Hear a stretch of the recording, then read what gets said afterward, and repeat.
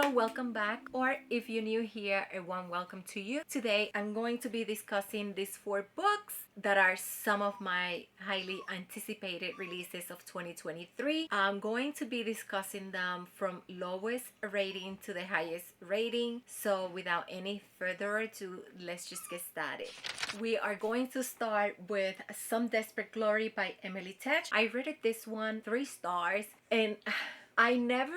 Okay, let me tell you what the story is about first, because I really struggle with this book. There was parts that I loved, but there was part that I was just hating it, and that happened at the beginning. The book really didn't pick up until like probably 50% in. As you can see, I don't know if you can see my tabs here, but I was just like, I wanted to like it so much, but let's just get into it. Some Desperate Glory, let me just put it here. Some Desperate Glory is a queer space opera. The story is set in a universe where Earth has been destroyed, and we follow our main protagonist, Kerr. I believe that's how you say it. When her brother is assigned to certain death, and she is forced into a life of nursery with the help of her brother's rebellious friend and a captive alien. This is one of my favorite parts of the story. Kerr escapes and discovers secrets. To be honest, I almost DNF'd this book, but because this was a copy that was sent to me by the publisher, I felt obligated to review it. So I decided to push through, and I'm glad that I did. Like I mentioned before, it took me about 50 to 60% of the book for me to get invested in the story. Kurt was a very unlikable character from the very beginning, but then towards the end, I was like rooting for her. Like, I wanted her to find her peace. I wanted her to win. And this was such a very interesting story because I don't want to give up too much, but there are things that are happening once she decides that she's going to escape. There were things that happened that I was just like, oh my god. And there was like a loop. I'm afraid that I'm gonna give out spoilers, but just so you know, there's a loop that keeps happening. And anyways, the story has some very nice side characters. Kurt is the most, like I said, from the very beginning, she was so unlikable, and I can understand, like, when you read the story and you understand how she grew up, they were feeding her all these lies about what happened to planet Earth. You can understand why she was the way she was, but then she starts growing, but still while doing the growing, she keeps questioning everything, and that was so annoying to me. So I gave this story 3 stars, but the story also discusses some serious topic, but I have to say this story was so slow from the beginning. But anyways, I'm giving it 3 stars, and that's all I have to say for now. Some Desperate Glory by Emily Tech.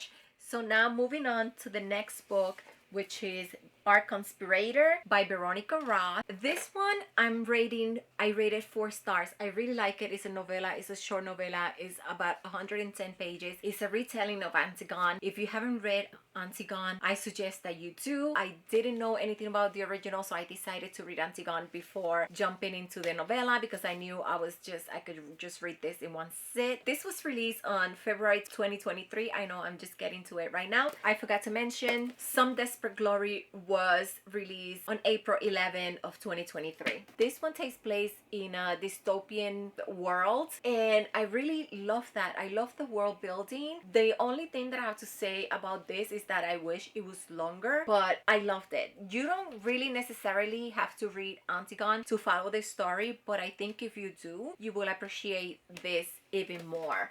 But let me tell you what it's about. Our conspirator, I hope I'm saying that right. It's a sci-fi dystopian retelling of Antigone. The story takes place in a post-apocalyptic wasteland outside of the last city on Earth. The concept of the archive, that's where the genes of the deceased were stored, adds a unique element to the story. Antigone, the main protagonist, I love her character so much, and this is why I wish the book was even longer than what it is, because I really loved her as a protagonist. In both the play and the story, she is struggling with the death of her parents and her oppressive reign of her uncle Creon. As the plot goes on, she stands up for her uncle. I'm telling you, maybe I should just change the rating to 5 stars, because the more I talk about it, the more I realize that I love Antigone as the main character here. better. I really enjoyed the retelling, and like I said before, my only thing with the book was that there were other points of views and I wish they were fleshed out more, and I wanted to know more about Antigone. Like, this could have been like 300 pages and I would have been happy, but I'm so happy. I'll probably give it maybe 4.5. Maybe I'll change my rating to 4.5 because the more, like I said, the more I talk about it, the more I find myself that I really enjoy the story. So I hope you guys give it a chance. If you haven't read Antigone, don't worry, you don't have to read it, but if you decide to pick it up, I think the enjoyment of the retelling will be even better. So yeah, that's all that I have for this one. The next one is going to be The Warden by Daniel M. Ford. This is the first book in The Warden. I don't know how many books are going to be in the series, if this is a duet, a trilogy, I have no idea, but this is the next book and I gave this one 4 stars. And this book was released on April 18 of 2023.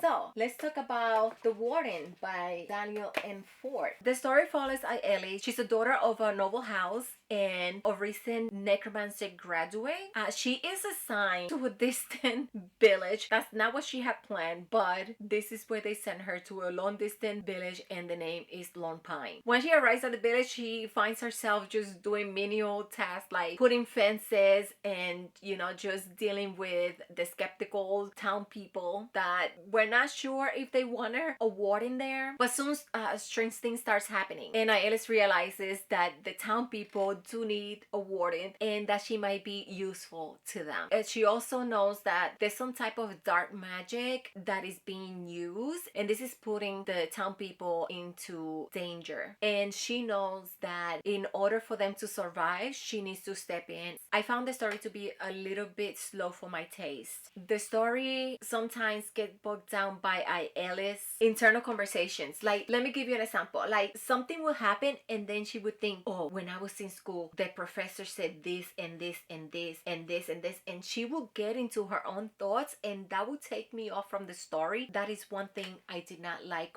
one bit.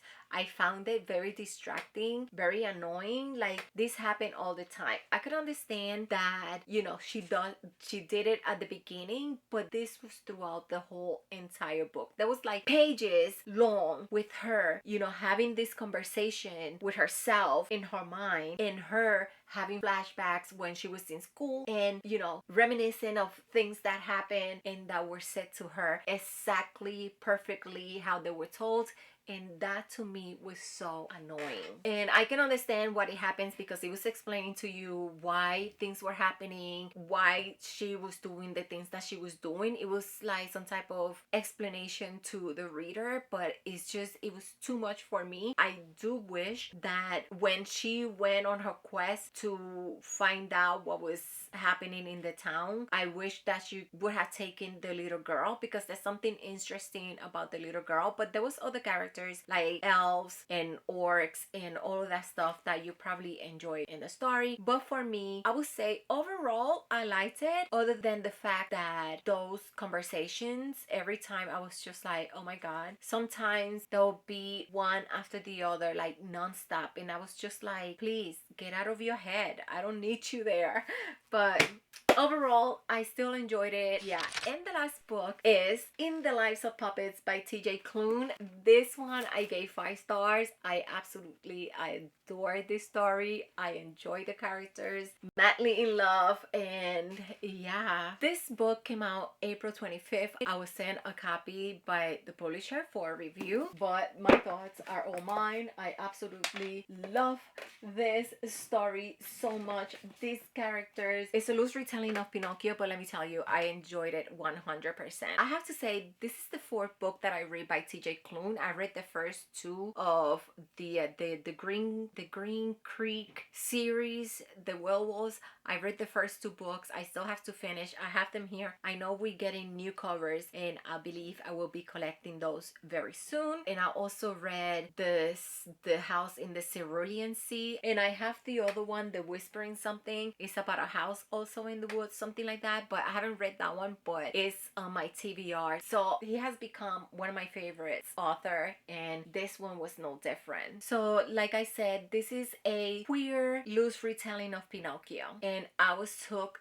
from the very first page. The story follows Victor, the human, and his father and the companion robots that they have. They live a very isolated life, and then one day something goes wrong. And without giving too much of the story, because you know sometimes I don't know what is a spoiler or not, without giving too much, something goes wrong and they need to leave the forest, the scrapyard. That's where they used to live. I love these characters, especially Nurse Ratched. She was such a little psycho. She was funny, she was psycho. She either wanted to fix you or she wanted to like kill you.